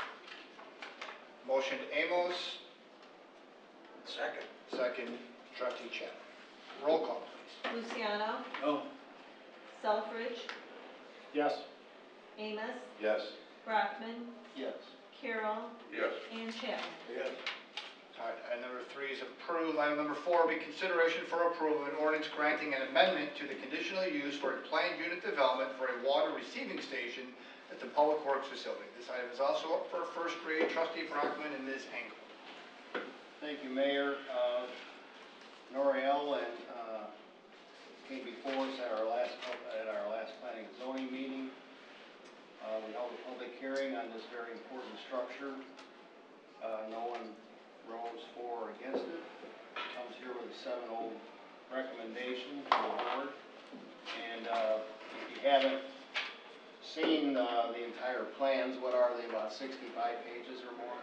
At least, yes. And I went through them here a couple weeks ago, and I think they've got everything covered that could possibly be covered on there. But Natalie, do you have anything else you want to add to that?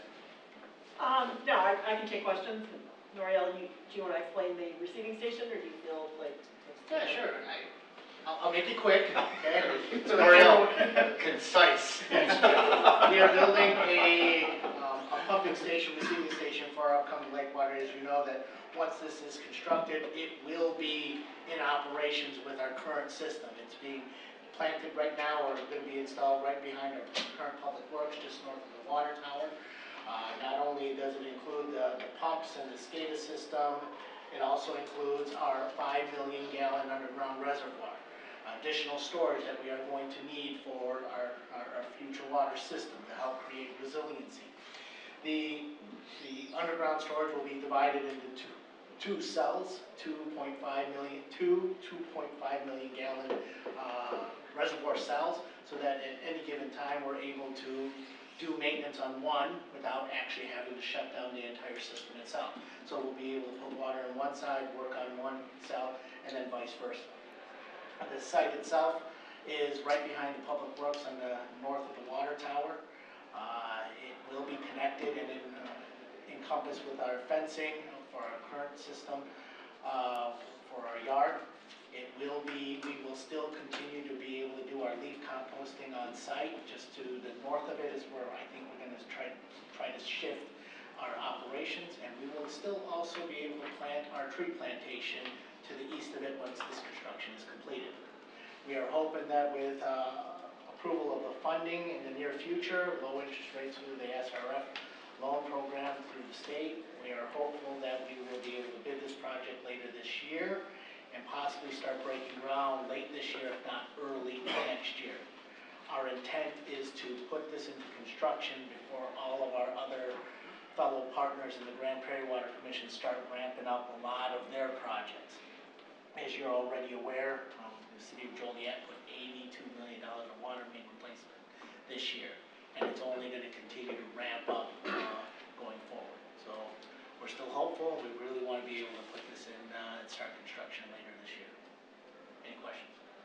How deep were those holes?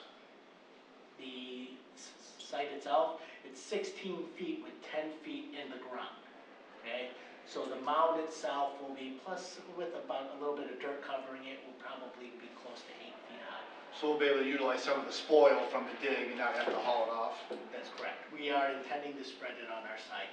There's a berm that we are required, a landscape berm that's required along our north property line to help with screening with a future residential. So that's where our intent is. From a zoning perspective, it's gonna be covered in like a prairie grass. We're considering that to be counting for the landscape ordinance because you basically won't be able to see the buildings other than a little bit at the end, which will be brick. I like seeing the brick part of it better than those big steel tanks that are gonna be popping up on some of these other sites, so definitely a little more user-friendly, I think, for the area.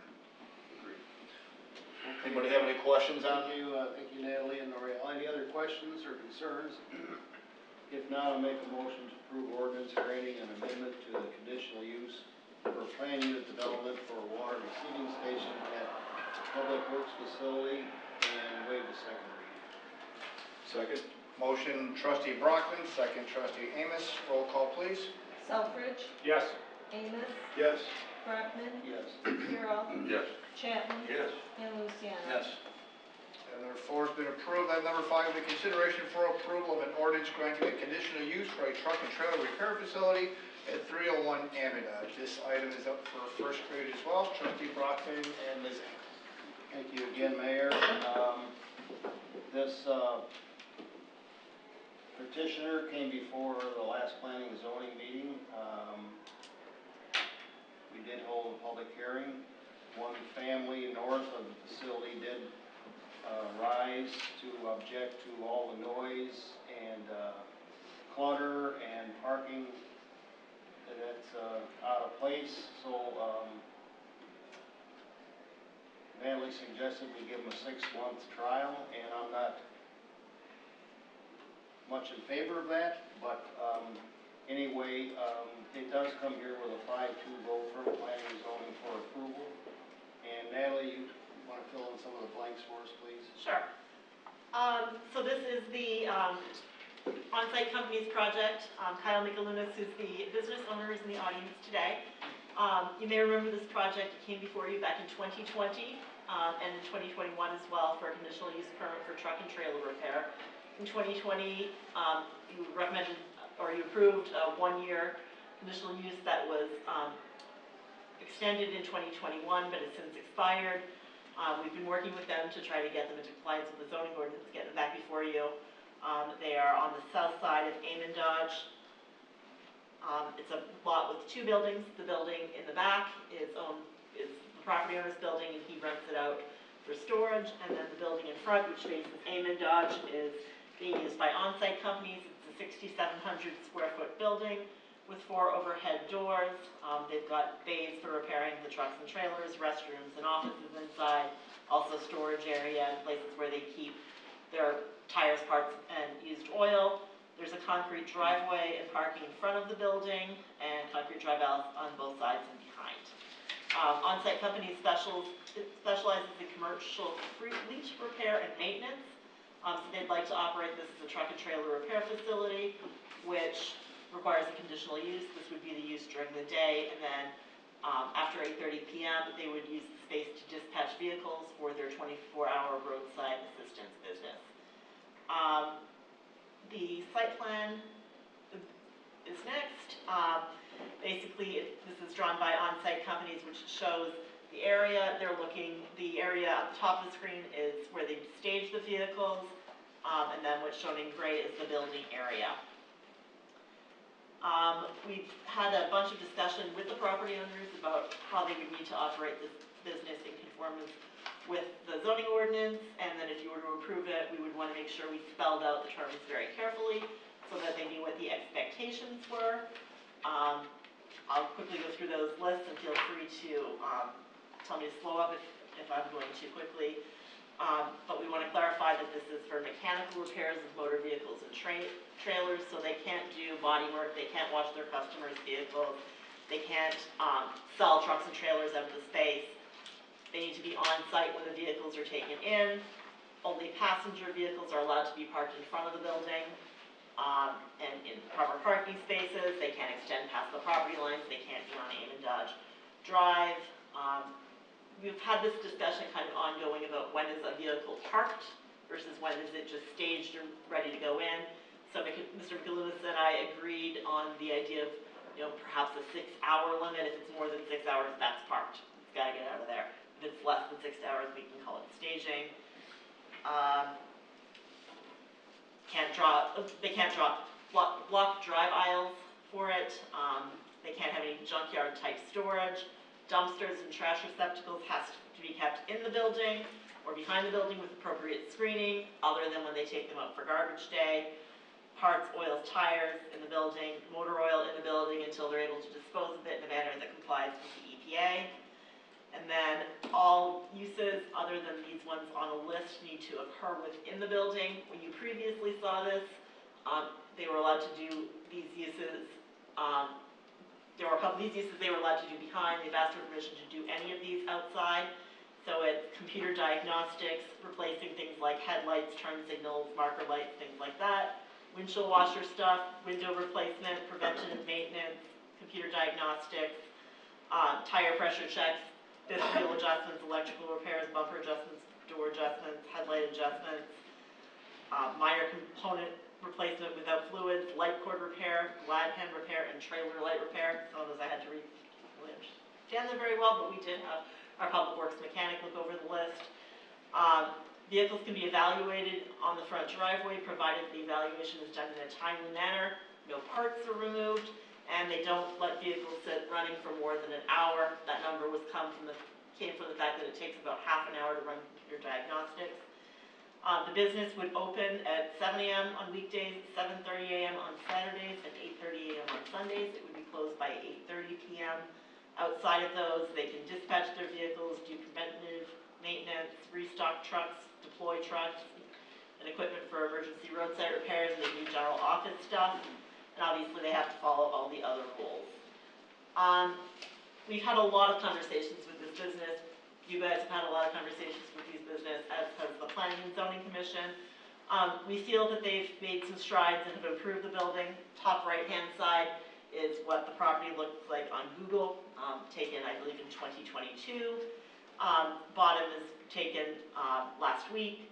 So we do think that they've come into compliance, but not enough for staff to feel comfortable recommending approval. We feel that if you do approve it, a 6-month trial period would be appropriate, and then we would be out there checking to make sure that they're in compliance with the ordinances and the conditional use.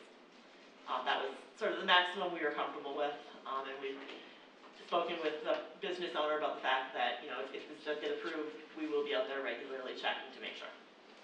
Question, what's different than what we gave them the last time that they haven't done? So what's different is, really there's like 2 things. One, we hadn't defined staging, and because of that, there were conversations about what is staging, so we wanted to define that. The hours were tweaked a little bit, and they wanted permission to do those minor repairs in all yards, not just the rear yard. So that's basically what's tweaked. Any other questions, comments, or concerns? And did you address how long they've been operating without approval right now? So they started operating in 2018 without approval.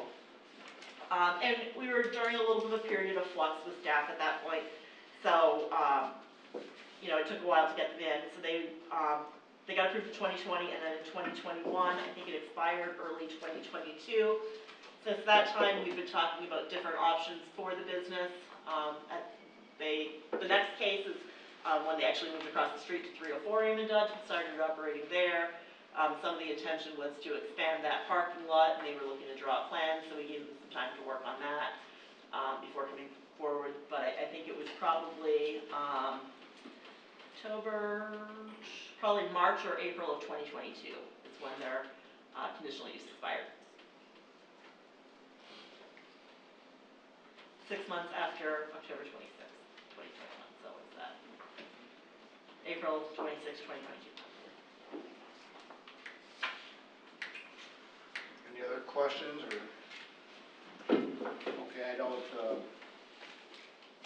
know how he'll adhere to the 34 different conditions we have, but I'm gonna read what you have here as far as an approval. I make a motion to approve an ordinance granting a conditional use for a truck and trailer repair facility 301 on Dodge, and waive the second read.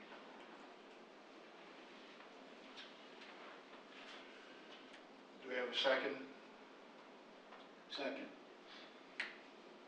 Motion trustee Brockman, seconded trustee Luciano. Roll call, please.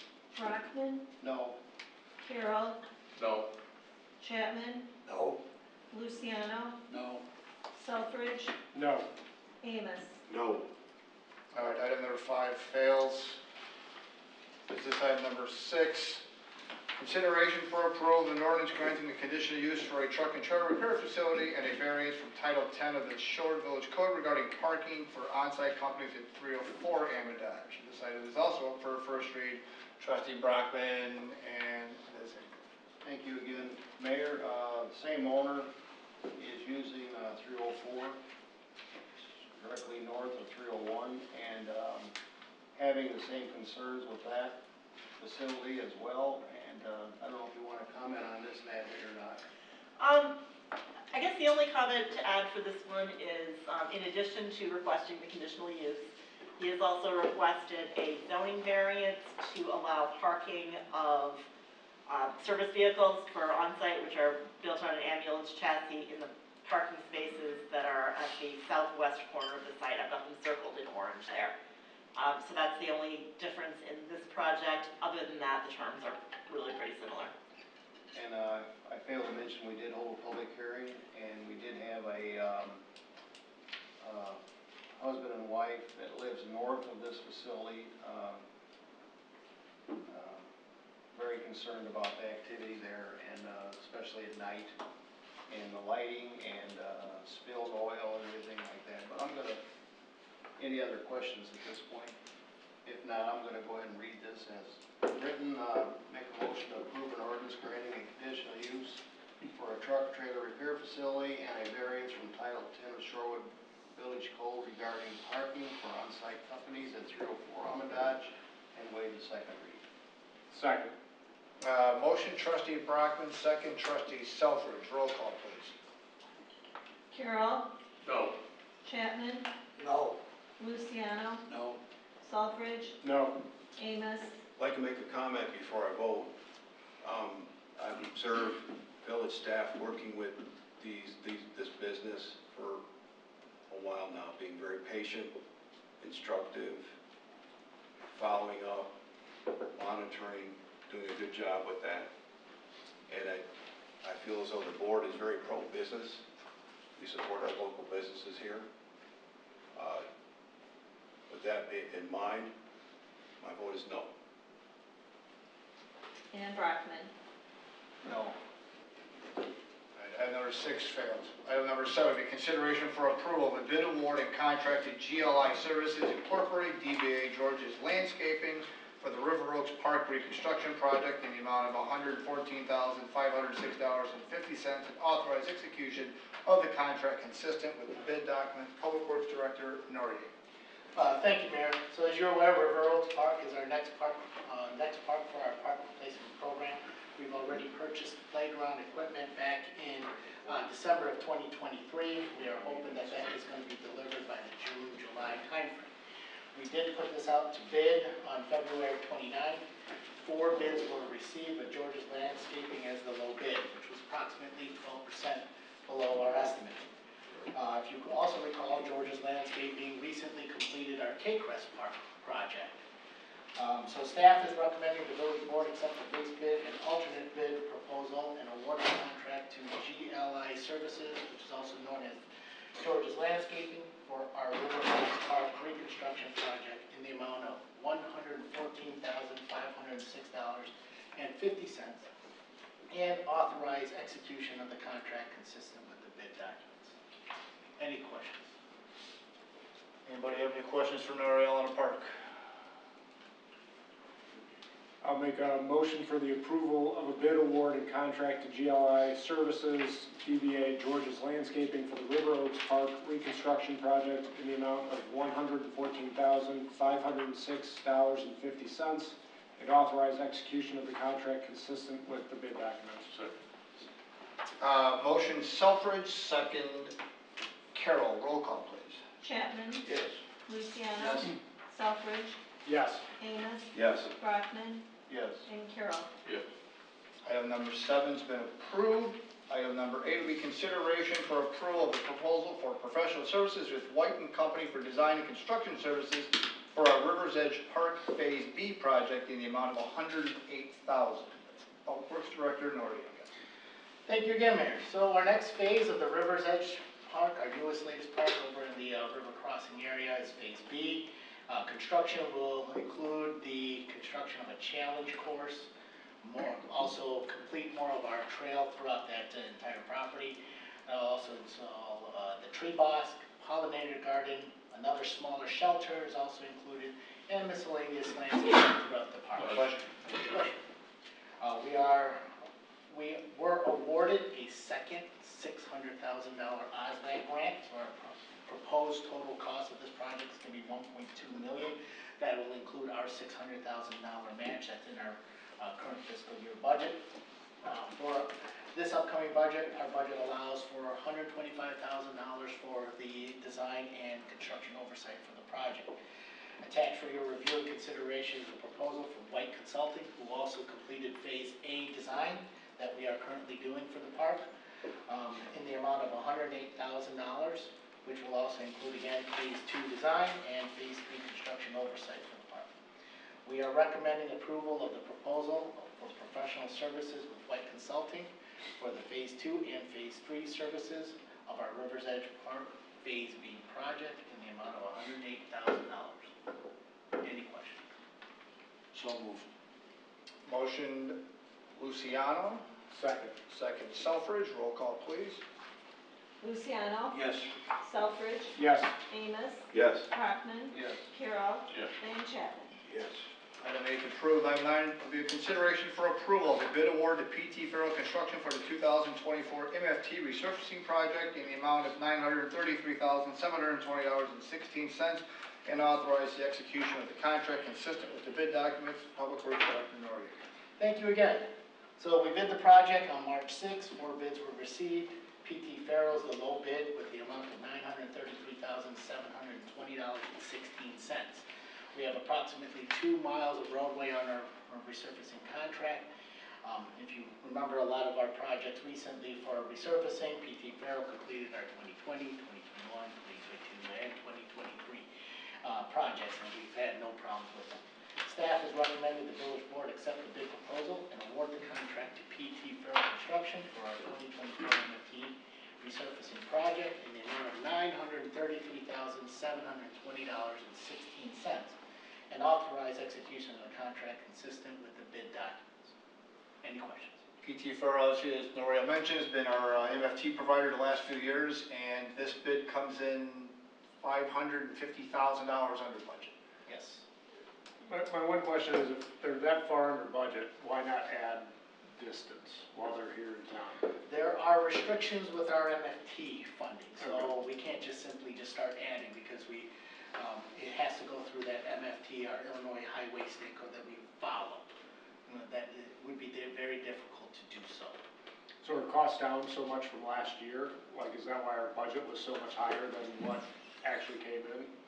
Well, we were working with the budget to make sure everything evened out for our budget process recently. Okay. So our project was actually originally almost $2.5 million, but in order to balance the budget to make sure that we can afford, we did knock off a few streets.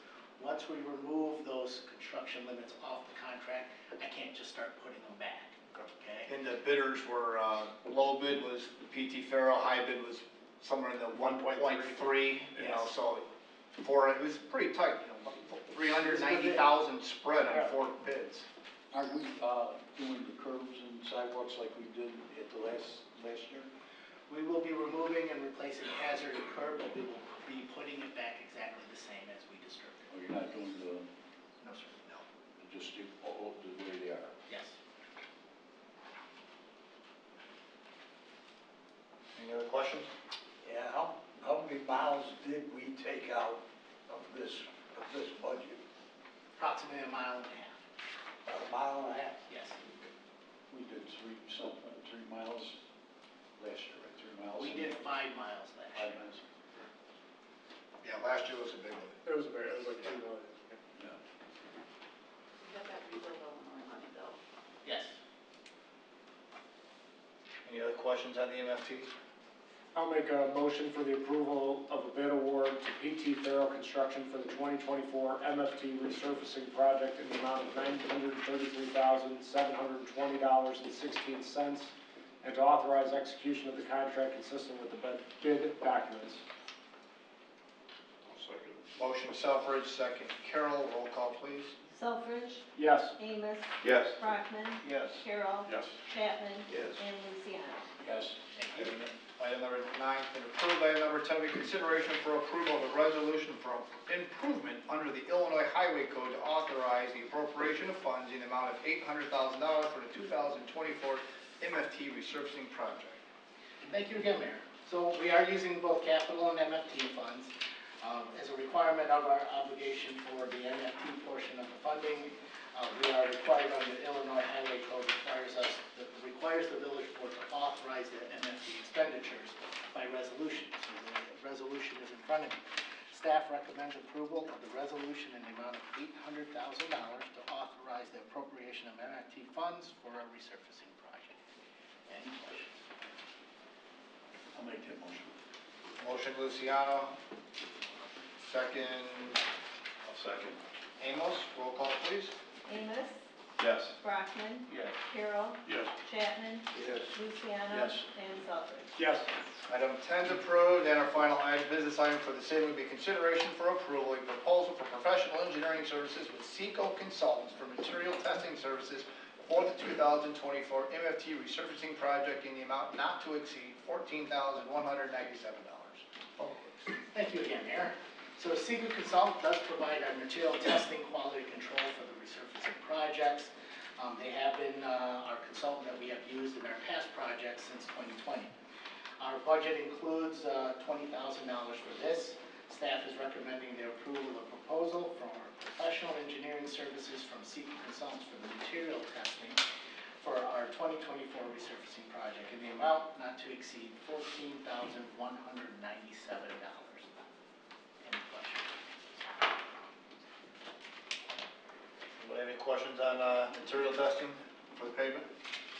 I'll make a motion for the approval of a proposal for professional engineering services with Seco Consultants for material testing services for the 2024 MFT resurfacing project in the amount not to exceed $14,197.00. Second. Motion Selfridge, second Luciano, roll call please. Brockman, Yes. Carroll, Yes. Chapman, Yes. Luciano, Yes. Selfridge, Yes. and Amos. Yes. Okay, that concludes the order of business. Moving to department reports, building. Thank you, Mayor. I have no report. Thank you. Community development. Thank you.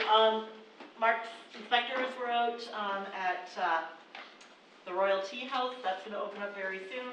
Looks very nice inside.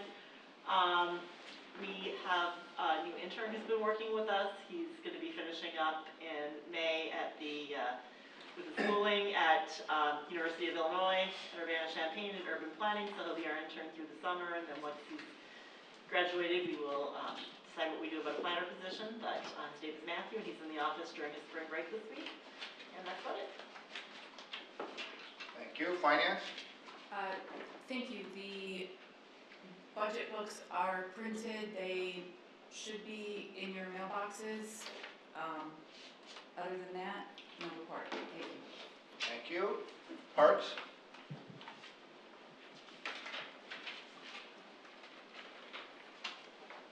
Good evening. Just a couple of quick reminders. Our Easter events are taking place next weekend. Our flashlight Easter egg hunt will be taking place Friday the 22nd at 8 p.m. on the Sled Hill. And then our Easter egg hunt for our 3 to 8 year olds will be taking place the following Saturday morning on the 23rd at 10:30, also at Four Seasons. As well as a reminder that registration for the community-wide garage sale weekend is ongoing for about another month. And then also registration for our adult pickleball leagues and our spring youth flag football leagues. Thank you. Thank you. Elise? Good evening.